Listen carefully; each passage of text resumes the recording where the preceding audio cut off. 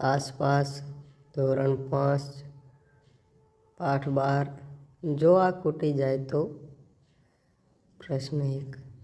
નીચેના દરેક પ્રશ્નના ઉત્તર માટે આપેલા વિકલ્પોમાંથી સાચો વિકલ્પ શોધીને તેનો ક્રમ અક્ષર પ્રશ્નની સામે આપેલ બોક્સમાં લખો। 1. મોટરસાયકલમાં ઈંધણ તરીકે શું વપરાય છે? પેટ્રોલ। 2. ટ્રકમાં ઈંધણ તરીકે શું વપરાય છે? ડીઝલ। 3. રિક્ષામાં ઓછો ધુમાડો કરે તેવા ઈંધણ તરીકે શું વપરાય છે? સીએનજી। 4.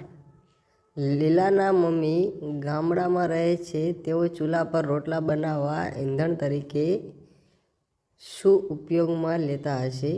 લાકડા। 5.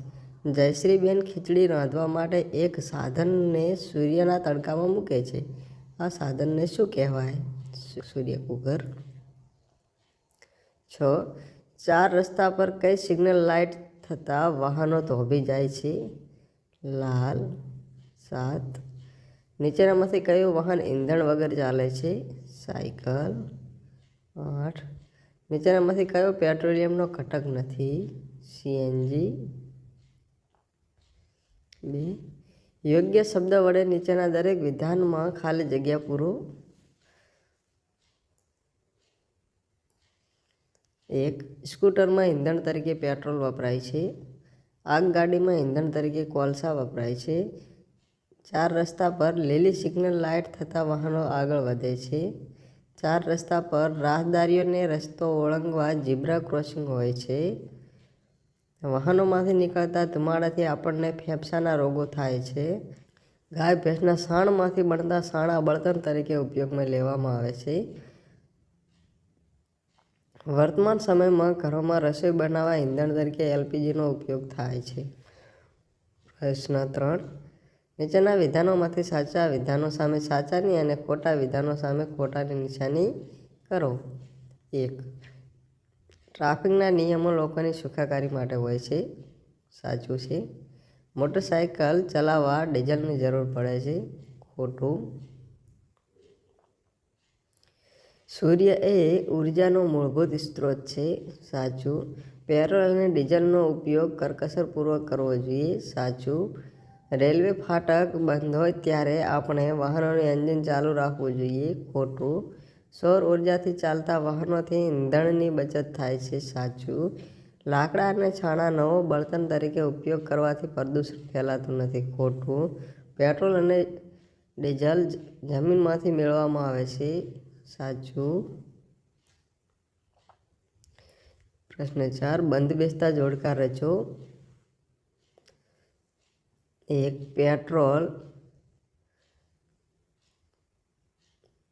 પેટ્રોલ મોટરસાયકલ ચલાવવા માટે, ડીઝલ ટ્રક અને બસ ચલાવવા માટે, સીએનજી રિક્ષા ચલાવવા માટે, કોલસો આગગાડી ચલાવવા માટે। પ્રશ્ન 5। નીચેના પ્રશ્નોના ઉત્તર 1-2 વાક્યોમાં લખો।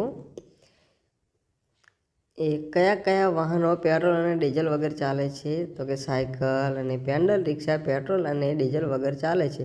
અમુક શહેરોમાં રિક્ષા, કાર અને બસ પેટ્રોલ અને ડીઝલ વગર એટલે કે સીએનજી અથવા વીજળીથી ચાલે છે। 2.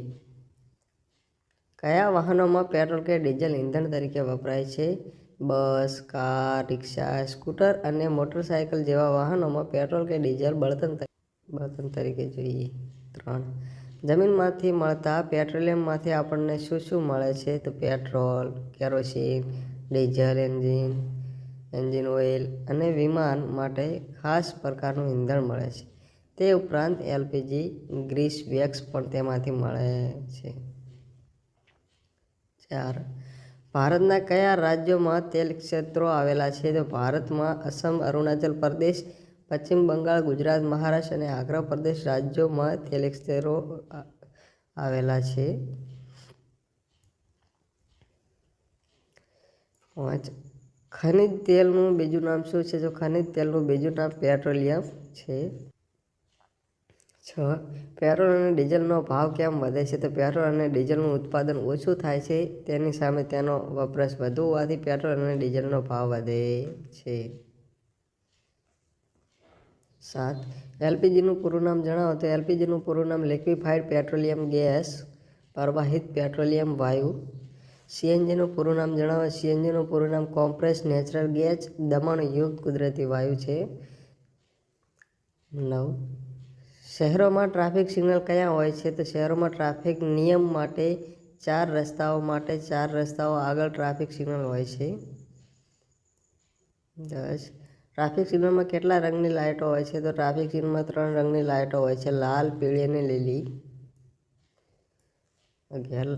કઈ લાઇટ ચાલુ થતાં વાહનો સિગ્નલ પહેલાં થોભી જાય છે? તો લાલ લાઇટ ચાલુ થતાં વાહનો સિગ્નલ પહેલાં થોભી જાય છે.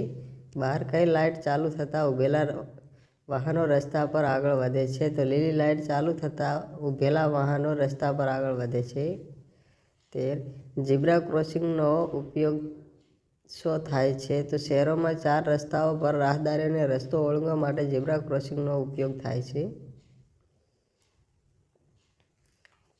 પ્રશ્ન 6. નીચેના પ્રશ્નના ઉત્તર લખો. પ્રશ્ન 1. વાહનોમાંથી આવતા ધુમાડાથી કેવી મુશ્કેલીઓ થાય છે? તો વાહનોમાંથી નીકળતા ધુમાડાથી આપણને ખાંસી, ઉધરસ, માથાનો દુખાવો, આંખોમાં બળતરા, અસ્થમા, ફેફસા સંબંધી રોગોનો ભોગ બનીએ છીએ. હવામાં પ્રદૂષણ પણ ફેલાય છે. ધુમાડાથી ગૂંગળામણ થાય છે. શિયાળાની ઠંડીમાં સવારે ધુમાડાને લીધે ધુમ્મસ જોવા મળે છે. આથી થોડે દૂરનું સ્પષ્ટ ન દેખાવાના કારણે વાહનોના અકસ્માત થાય છે. આમ ધુમાડાથી ઘણી મુશ્કેલીઓ થાય છે. 2. વાહનોના હોર્નના ઘોંઘાટથી આપણને કેવી મુશ્કેલીઓ અનુભવીએ છીએ? તો 1. માથું દુખે છે. 2. માનસિક તાણ થાય છે, અણગમો પેદા થાય છે. 3. કાનમાં ધાક પડે છે. 4. લાંબા સમય સુધી ઘોંઘાટમાં રહેવાથી બહેરાશ આવે છે. 5. સ્વભાવ ચીડિયો થઈ જાય છે. 6. રાત્રિના સમયે હોર્નના ઘોંઘાટથી નજીકમાં રહેતા લોકોની ઊંઘમાં ખલેલ પહોંચે છે. પ્રશ્ન 3. વાહનોને ઝડપથી હંકારવાથી આપણે કેવા પ્રકારની મુશ્કેલીઓનો સામનો કરવો પડી શકે છે? તો વાહનોને ઝડપી હંકારવાથી પેટ્રોલ કે ડીઝલ વધુ વપરાય છે, અકસ્માત થવાનો સંભવ રહે છે, જેનાથી વાહનમાં મુસાફરી કરનાર અને ભોગ બનનાર વ્યક્તિઓની જાનને પણ ખતરો ઊભો થાય છે. પ્રશ્ન 4. જો વાહનોની સંખ્યા વધી જશે તો કેવા પ્રકારની મુશ્કેલીનો સામનો કરવો પડશે? તો 1. રસ્તા પર ટ્રાફિક વધે. 2. હવાનું અને અવાજનું પ્રદૂષણ વધે. 3. તેનાથી લોકોનું સ્વાસ્થ્ય બગડે. 4. પાર્કિંગની સમસ્યા ઊભી થાય. 5. અકસ્માતોનું પ્રમાણ વધી જાય. 6. પેટ્રોલ અને ડીઝલની અછત ઊભી થાય. પરિણામે પેટ્રોલ અને ડીઝલ મોંઘું થાય. 7. ભવિષ્યમાં પેટ્રોલ ડીઝલ પણ ખૂટી જાય. 5. આપણે પેટ્રોલ અને ડીઝલનો વિવેકપૂર્ણ ઉપયોગ કરવો જોઈએ. શા માટે? તો કે આજના યુગમાં જે રીતે વાહનોનો વપરાશ વધ્યો છે તેના કારણે પેટ્રોલ અને ડીઝલ પણ વધુ પ્રમાણમાં વપરાય છે.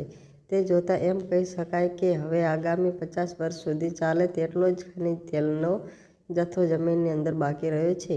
પેટ્રોલ અને ડીઝલ જેટલું ઝડપી વપરાશ થશે એટલું ઝડપથી જમીનમાં બનતું નથી.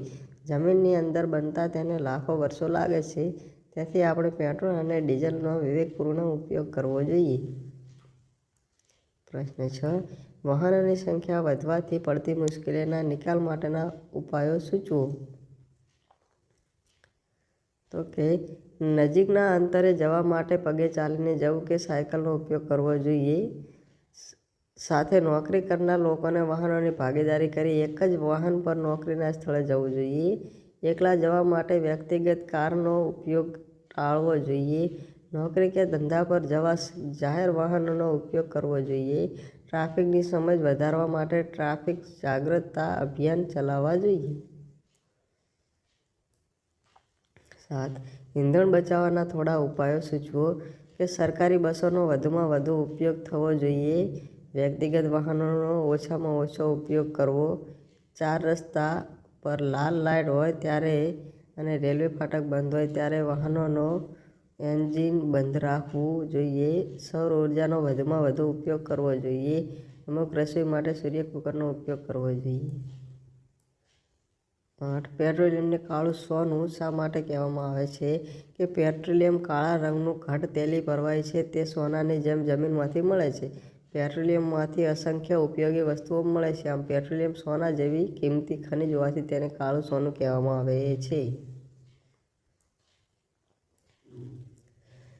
9. પેટ્રોલિયમ રિફાઇનરીમાં શું કરવામાં આવે છે તે સમજાવો. પેટ્રોલિયમ કૂવામાંથી મેળવેલ પેટ્રોલિયમ અશુદ્ધ હોય છે. તેને શુદ્ધ કરવા માટે પાઇપ કે ટેન્કર દ્વારા રિફાઇનરીમાં પહોંચાડવામાં આવે છે. ત્યાં નિસ્યંદન ટાવરમાં પેટ્રોલિયમનું વિભાગીય નિસ્યંદન કરી તેના ઘટકો પેટ્રોલ, કેરોસીન, ડીઝલ, પેટ્રોલિયમ વાયુ વગેરે અલગ કરવામાં આવે છે. 7. માગ્યા મુજબ ઉત્તર લખો. જો તમારા ગામ કે નગરમાં એક અઠવાડિયા સુધી પેટ્રોલ કે ડીઝલ ના મળે તો શું થાય? કે અમારા ગામ અથવા નગરમાં એક અઠવાડિયા સુધી પેટ્રોલ કે ડીઝલ ના મળે તો ઘણી જ મુશ્કેલીઓ ઊભી થાય. સ્કૂટર, મોટરસાઇકલ, કાર વગેરે વાહનો ચલાવવાનું બંધ થઈ જાય. મિલ અને ફેક્ટરીઓ બંધ થઈ જાય. જનરેટર ચાલી ન શકે. વેપાર ધંધા બંધ થઈ જાય. લોકોને દરેક જગ્યાએ ચાલીને કે સાયકલ લઈને જવું પડે. લાંબે ગાળે દેશને આર્થિક નુકસાન થાય. 2. ટ્રાફિકના મુખ્ય 6 નિયમો જણાવો. કે વાહન હંમેશા રોડની ડાબી તરફ ચલાવવું ફરજિયાત છે. ટ્રાફિક વધુ હોય ત્યારે વાહનની ઝડપ મર્યાદિત રાખવી. 4. રસ્તા પર રહેલા ટ્રાફિક સિગ્નલને અનુસરવાનું હોય છે. લાલ લાઇટ હોય તો વાહન ઊભું રાખવું. લીલી લાઇટ હોય તો વાહન આગળ જવા દેવું તથા પીળી લાઇટ થાય ત્યારે બીજા છેડાના વાહનોએ આગળ વધવા તૈયાર રહેવું. તમારે જે વધુ વળાંક લેવાનો હોય તે બાજુ સાઇડ લાઇટ બતાવવી જરૂરી છે. બમ્પ હોય કે શાળા હોય, દવાખાનું હોય તો વાહનની ઝડપ ધીમી રાખવી. રસ્તા પર વિવિધ સિગ્નલો હોય છે તેને નિયમ મુજબ અનુસરવાનું હોય છે.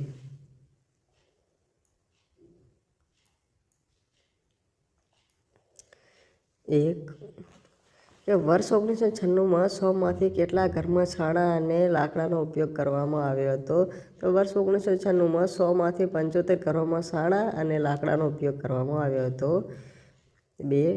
વર્ષ 1976માં કયા બળતણનો સૌથી ઓછો ઉપયોગ થયો હતો? તો વર્ષ 1976માં વિદ્યુત સ્વરૂપે બળતણનો સૌથી ઓછો ઉપયોગ થયો હતો. 3. વર્ષ 1976માં એલપીજી અને કેરોસીન 10 ઘરોમાં ઉપયોગ લેવાયા હતા અને 1996માં તે વધીને 18 થયા હતા. તેનો મતલબ કે 20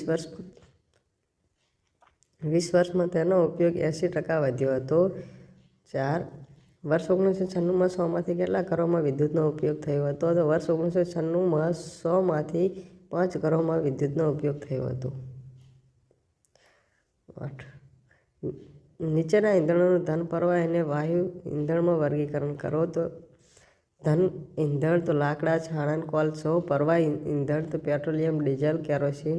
વાયુ ઇંધણ તો એલપીજી, સીએનજી. 2. નીચે આપેલી ટ્રાફિકની નિશાનીઓનું અવલોકન કરો અને આ નિશાનીઓ શું સૂચવે છે તે લખો. તો અહીંયા જમણી તરફ વળવું. 2. આગળ દવાખાનું છે. 3. યુ-ટર્ન મનાય છે. 4. ઝીબ્રા ક્રોસિંગ પરથી રસ્તો ઓળંગવો. 5. જમણી બાજુ વળવાની મનાઈ છે. હોસ્ટ પ્રશ્નો. કે નીચે દરેક પ્રશ્નના ઉત્તર માટે આપેલા વિકલ્પમાં સાચો અક્ષરક્રમ સામેના બોક્સમાં. 1. બસ, ટ્રક અને જીપ કયા ઇંધણથી ચાલતા વાહનો છે? તો ડીઝલ. 2. વાહનોના વધુ પડતા અવાજોથી માનવીના સ્વાસ્થ્ય પર શી અસર થાય છે? તો કાનમાં બહેરાશ આવે છે. 3. પહેલાંના સમયમાં પ્રકાશ મેળવવા માટે શાનો ઉપયોગ થતો હતો? તો ફાનસનો. 4.